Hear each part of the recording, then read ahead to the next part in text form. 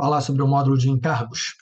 Bom, depois que a gente conclui todo o processo de folha de pagamento, então a gente inicia o processo de apuração dos encargos, que são os recolhimentos que as empresas devem fazer para a Previdência, Receita Federal e Caixa Econômica, considerando INSS, Imposto de Renda e Fundo de Garantia, ok? Então a gente inicia a apuração dos encargos para que a empresa possa cumprir a parte legal, né, as obrigações dela com o governo. Bom, a folha de pagamento ela cumpre as obrigações com o empregado, então ela fez lá o pagamento da folha, pagou tudo dentro da lei e agora existem os impostos, os encargos são incididos sobre a folha de pagamento. Bom, eu trouxe o conceito aqui dos encargos, né, que são contribuições que as empresas precisam pagar mensalmente, referente aos funcionários, que consta em sua folha de pagamento, ok? Essa despesa deve ser considerada pela contabilidade como fixas em seu orçamento anual. A lista dos encargos, ela é principalmente o que eu coloquei aqui, tá? Porque existem outras considerações, por exemplo, a gente poderia incluir aqui na lista o PIS, tá? O PIS e o PASEP. O PASEP é para órgão público e o PIS para órgão privado. Mas ele não sai pela folha de pagamento. Ele sai pelo pagamento dos impostos. Então, as empresas contribuem através dos impostos fiscais, tá? Que elas pagam. Além dos previdenciários, existem os fiscais, né? Que são incididos sobre faturamento, enfim, que não é o caso aqui.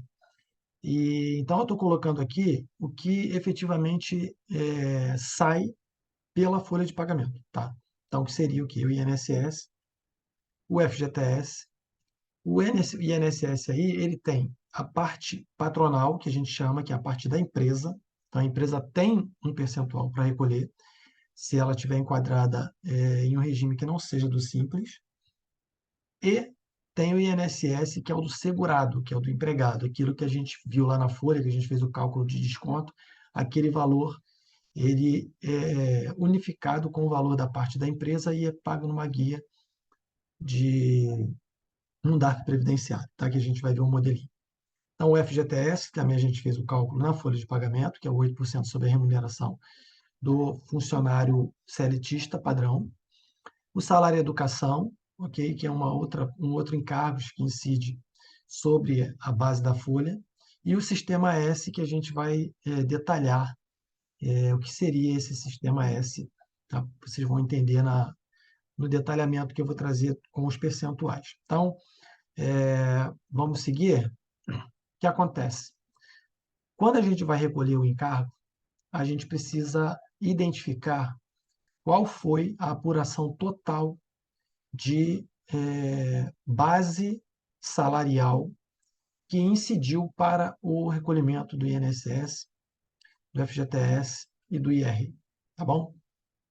O IR não existe parte empresa. O IR é apenas a contribuição que é descontada do empregado e é repassado para a Receita Federal, tá bom? Pela folha de pagamento, o IR não existe um percentual sobre a base da folha para a parte empresa, tá bom? Então, guarde isso. Falando de INSS, o que a gente tem aqui como importante para falar é o quê? Bom, aqui eu trouxe um resumo de uma folha de pagamento, tá? Que tinham 3 funcionários, tá vendo aqui? Ó? Total de funcionários 3. Então, ele tem aqui 3 funcionários que geraram dias trabalhados ou salário mensal, depende da empresa, depende. Cada empresa usa uma rúbrica, né? Salário mensal, dias trabalhados, alguma coisa desse tipo, para falar sobre os pagamentos que foram feitos dos salários, tá? Salários normais. Aqui tinha uma pessoa que estava em férias, então ela recebeu aqui 10 dias de férias, e mais um terço, e ela recebeu também aqui uma ajuda de combustível. Então, aqui, esses são os eventos que a empresa vai classificar dentro do processo de incidência, e a partir dessa incidência que ela é classificada não é a empresa que decide, na verdade, cada evento, a gente tem uma tabela de incidência, que a gente já deixou isso nas aulas, mas eu provavelmente vou colocar aqui novamente, tá? Nesta aula. Vou deixar também vários manuais, manual de imposto de renda, manual de INSS, manual do FGTS, enfim, vou deixar todos os manuais e vou colocar aqui e vou compartilhar com vocês para que vocês entendam que existe um processo onde você, com base na rúbrica que está aqui, ele vai incidir para INSS, Fundo de Garantia e Imposto de Renda. Tá? Então, aqui nós estamos considerando que existe uma folha que o total de proventos dela foi 63.243, que foram esse somatório aqui de eventos. E a gente está vendo aqui que a base de GPS, que é a base de INSS, está 63.243, ou seja, todos os eventos aqui, inclusive esse auxílio de combustível, que provavelmente é um auxílio reincidente, que a empresa paga na folha reincidente, então nesse caso, a empresa optou por colocá-lo como um incidente para tudo, para ela não ter risco de depois, lá na frente, o funcionário ter que questionar que tinha direito à remuneração, que tinha remuneração de combustível, e aí, como está sendo tributado em tudo, lá na frente, se o funcionário quiser questionar alguma coisa, ele não vai poder, porque a empresa arcou com todos os custos dos encargos, ok? Então, a gente tem aqui uma base de INSS de 63.243,07. A base do imposto do FGTS é a mesma coisa. E aqui, a base do IR, como eu falei, a base do IR aqui não serve para cálculo de imposto parte empresa, que não existe IR parte empresa na folha de pagamento, só existe a contribuição do empregado. E aqui ele está com uma base líquida. Tá?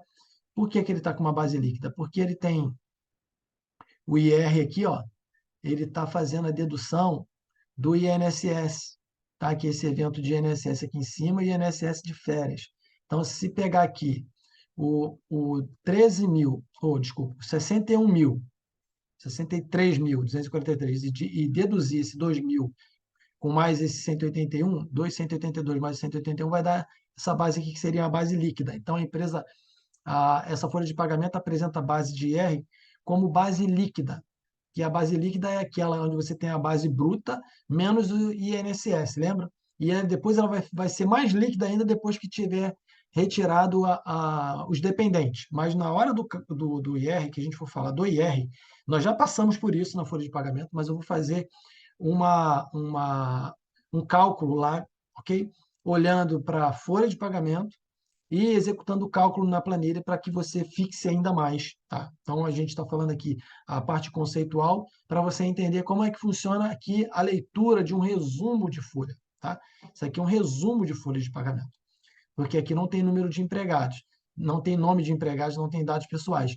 E aí, a folha de pagamento, normalmente, ela vem assim, por funcionário, ou seja, cada valor por individualizado, e no final ela coloca um sintetizador, que é esse resumo aqui. Então, para a empresa avaliar quanto é que ela tem que recolher, e para fazer a conferência dos encargos, ela olha pelo resumo e não individual pelo empregado. Tá bom? Então, vamos seguir. Bom, a alíquota dos encargos, tá? Só para você entender, eu coloquei aqui de uma empresa não optante pelo Simples, ela normalmente tem essa estrutura de percentual. E aí a variação dela é de acordo com o CNAE, tá? Que é o Código Nacional de Atividade Econômica. Cada empresa, quando cria o seu CNPJ na Receita Federal, ela tem que escolher o tipo de serviço que ela vai desenvolver, que ela vai desempenhar. Então, de acordo com o tipo de serviço que ela vai desempenhar, então é atribuído um CNAE, tá? Que é esse Código Nacional de Atividade dela, e nesse código vai definir quais são os percentuais que ela vai ter de contribuição para a Previdência. Tá? Então, aqui a gente tem a parte empresa, que é 20%, uma empresa não optante pelo Simples, ok? Ela tem o INSS, parte empresa, 20% sobre a base, então aqueles 63 mil que a gente viu aqui na folha, aqui, ó, 63 mil, que tem incidência de INSS, vai ser aplicado parte patronal 20% em cima daquele valor lá, tá? Aí a gente tem o FAP, que é uma unificação, onde você tem o RAT ajustado, tá? Que eu chamo de Gilhat ajustado, que ele vai de 1 até 3, ou melhor, ele vai até 3%, tá? E aqui, de acordo com o grau de risco da empresa, ou seja, quanto mais a empresa expuseram os empregados em grau de risco elevado, indústria, material químico, risco de parte insalubre, parte periculosa que a gente falou, ele é identificado pelo tipo de atividade da empresa.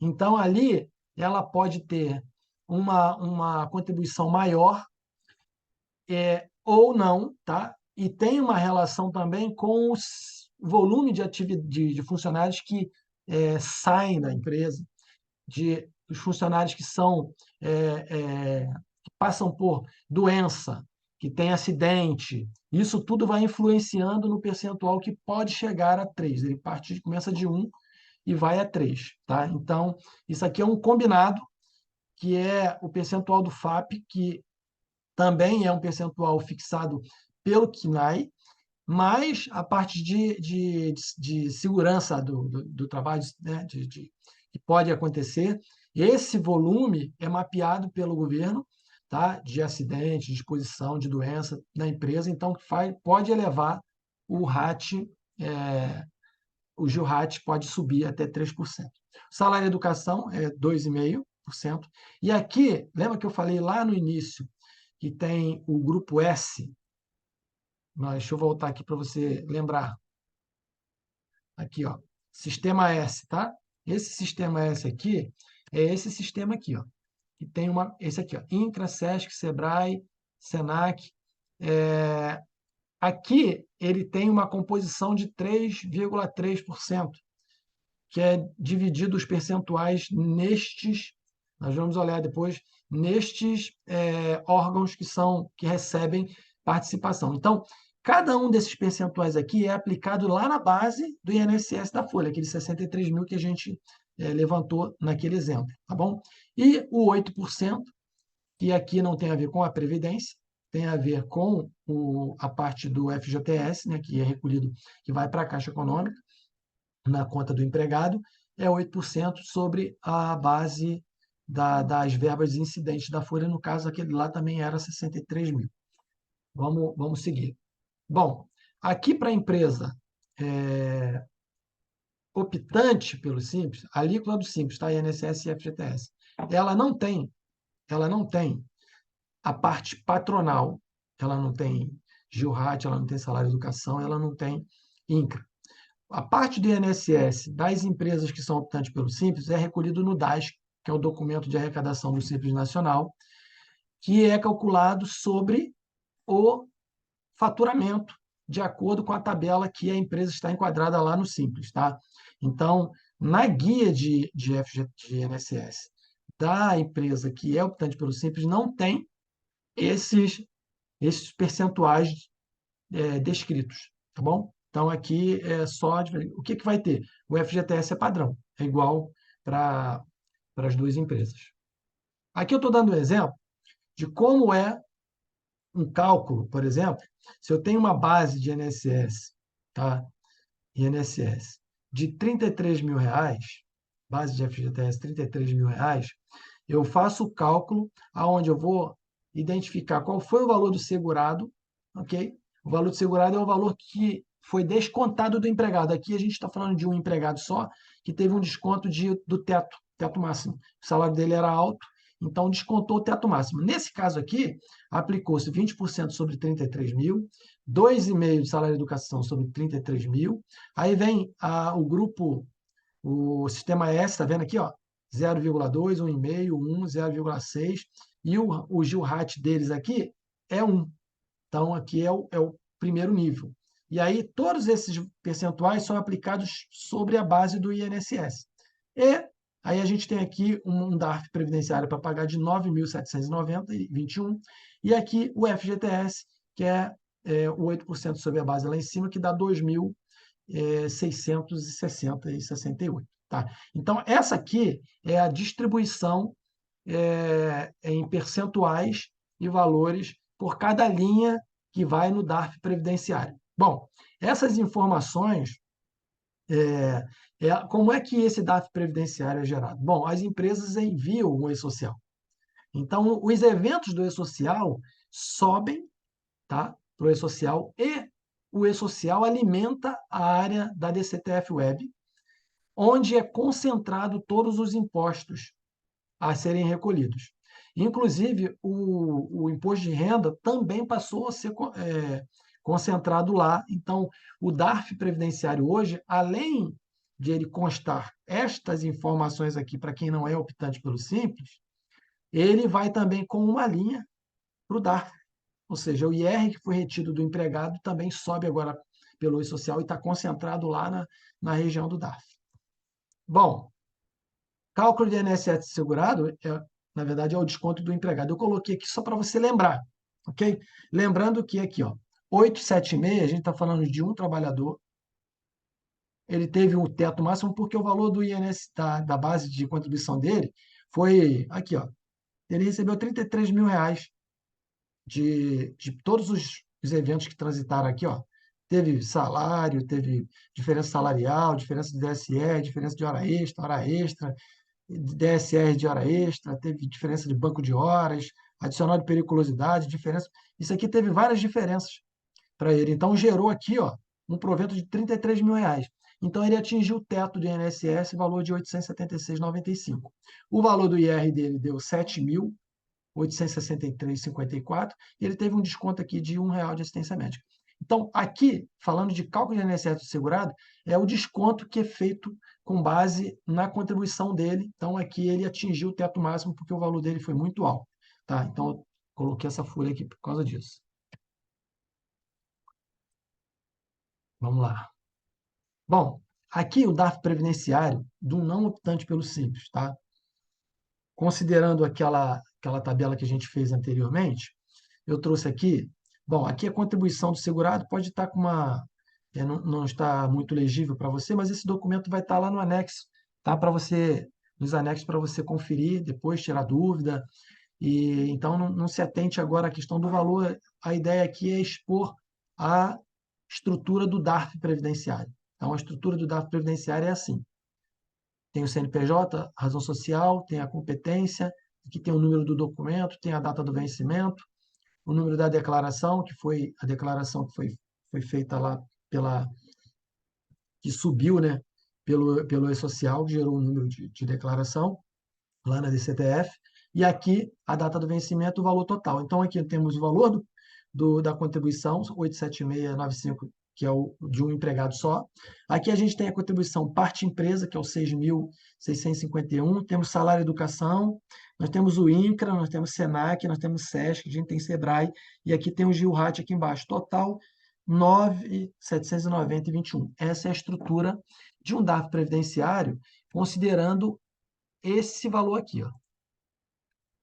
Considerando essa folha de 33 mil e esta base de cálculo que a gente utilizou distribuindo aqui todos os eventos. O FGTS não é recolhido lá no DARF previdenciário, ele é recolhido de outra forma, a gente vai falar em uma outra aula. Então, DARF previdenciário não optante pelo Simples. O DARF previdenciário, se fosse optante pelo Simples, ele só teria só o desconto do segurado, seria 876,95. Ele não teria mais nenhuma informação aqui dos demais percentuais que são incididos para as empresas que não optaram pelo regime do Simples Nacional. Ok? Vamos seguir.